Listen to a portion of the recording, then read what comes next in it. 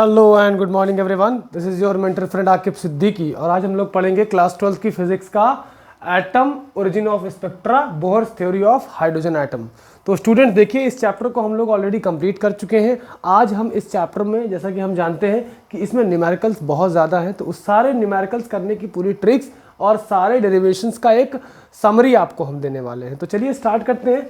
तो सबसे पहली चीज़ हमने ये देखा था कि an atom consists of a nucleus at the center and it is having a positive charge, and this is the total charge, and electrons are revolving in the orbits. Suppose that an electron is revolving in first orbit as we are talking about hydrogen, so this will be the radius of the orbit. We will having a number of orbit depending upon the atomic number. ठीक है, तो इसी तरह से this is your first energy level and this is your second energy level. तो हमें दो चीज़ें बेसिकली निकालनी थी। पहली चीज़ थी हमारी रेडियस ऑफ nth ऑर्बिट, और एक था कि velocity of nth orbit for hydrogen and like atoms. तो चलिए हम लोग देखते हैं R N is equal to क्या होता है।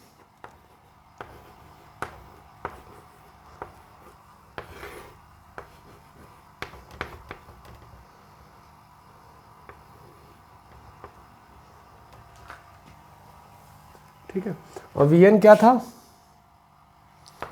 ई square upon not.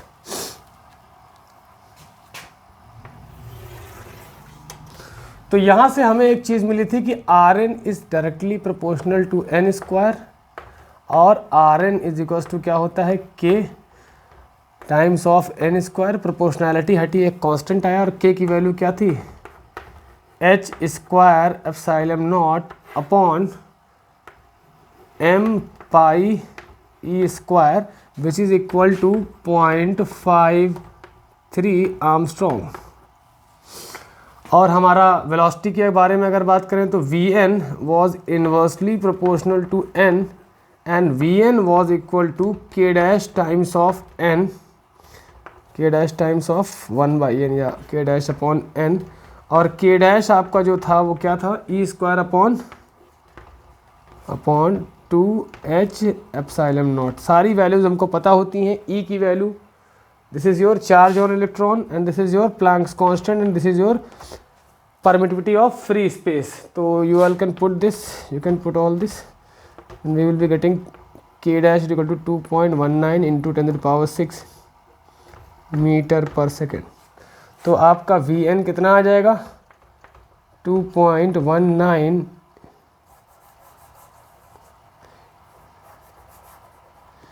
Into 10⁶ metre per second whole divided by n. तो वेलोसिटी आप यहाँ से पता कर लोगे।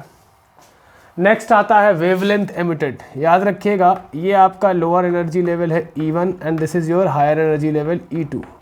सो delta E will be equal to क्या होगा, E2 माइनस E1। जब इलेक्ट्रॉन लोअर से हायर जाएगा तो एब्जॉर्ब करेगा, और हायर टू लोअर आएगा तो एमिट करेगा। इलेक्ट्रॉन एब्जॉर्ब और एमिट क्या करेगा, फोटोन। तो E बराबर एनर्जी ऑफ फोटोन कितना होता है, h mu is equal to कितना हो जाएगा आपका, E2 माइनस E1। तो फ्रीक्वेंसी ऑफ लाइट एमिटेड और absorbed will be equal to E2 minus E1 upon h, ये फ्रीक्वेंसी। फिर आता है हमारा वेवलेंथ। तो 1 upon lambda is equal to होता है Z square R 1 upon N1 square minus 1 upon N2 square. ठीक है, और Z इज इक्वल टू 1 होता है फॉर हाइड्रोजन एटम,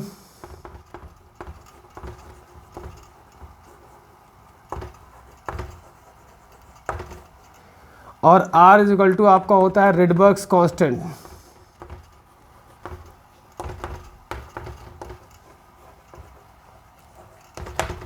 आपका R की वैल्यू होती है 1.097 इंटू 10⁷ मीटर इनवर्स। ठीक है, इतना फिलहाल आप लोग नोट करें।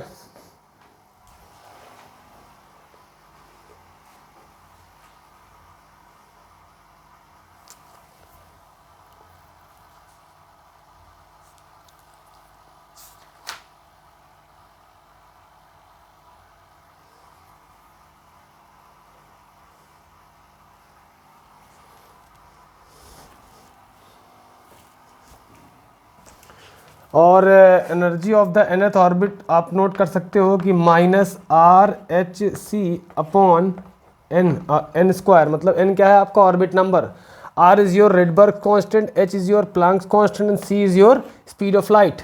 तो यहाँ से आपको En की वैल्यू जो मिलेगी वो मिलेगी -13.6 upon n square electron volts. और आपको ये बात पता होगी कि 1 electron volt is equal to होता है 10 power 1 electron volt is equal to 1.6 into 10 power -19 joule. ठीक है, इसे नोट करें आप लोग।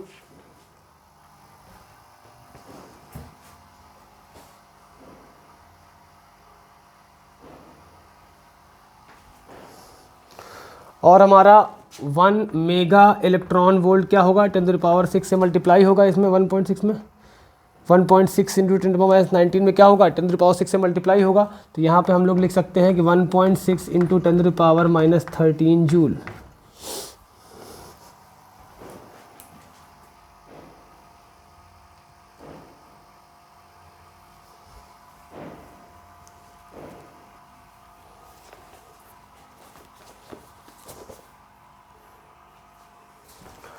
तो चलिए एक क्वेश्चन करते हैं आपका NCERT बेस्ड, बहुत ही अच्छा क्वेश्चन है। कहता है कि the radius of inner most orbit of a hydrogen atom is, inner most का मतलब क्या हुआ कि सबसे पहली ऑर्बिट कितना है, 5.3 इंटू 10 पावर -11 मीटर।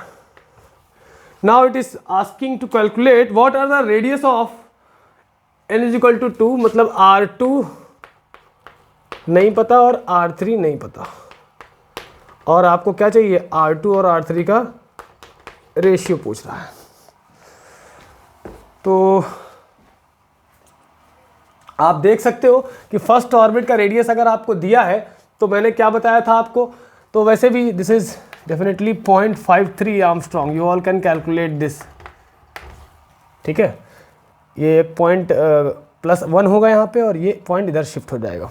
ठीक है, तो ये 0.53 क्या आएगा, 0.53 into 10 power -10 metres, then 1 metre, या कह सकते हो कि 1 armstrong is equals to 10 power -10 metres. So you can convert that as we all know that कि Rn is proportional to n square and Rn is equals to k times n square, और R1 is equal to क्या होता है k, जो कि यहाँ पे कितना दिया हुआ है 0.53, जो एग्जैक्ट डेटा है वही दिया जाएगा। तो अगर हम बात करें R2 की, तो R2 कितना आएगा आपका k टाइम्स 2 स्क्वायर, तो R2 k यहाँ पे क्या है R1, मतलब 0.53 इंटू 2 का स्क्वायर कितना होगा 4, तो R2 will be equal to, तो ये आएगा 2.12 आर्मस्ट्रॉन्ग। फिर बात करेंगे हम लोग R3 की, तो क्या होगा k टाइम्स n स्क्वायर मतलब क्या होगा 3 स्क्वायर, तो R3 is equal to k की वैल्यू कितनी है 0.53 इंटू 9, तो R3 कितना आएगा 0.93 9 4.57 आर्मस्ट्रॉन्ग।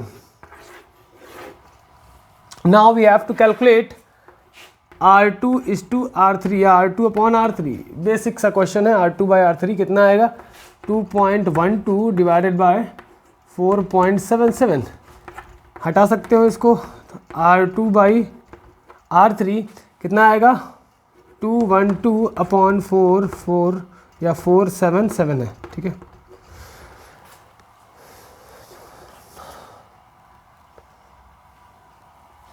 ठीक है, तो इसे आप लोग नोट कर सकते हैं। नेक्स्ट क्वेश्चन की तरफ बढ़ते हैं हम लोग।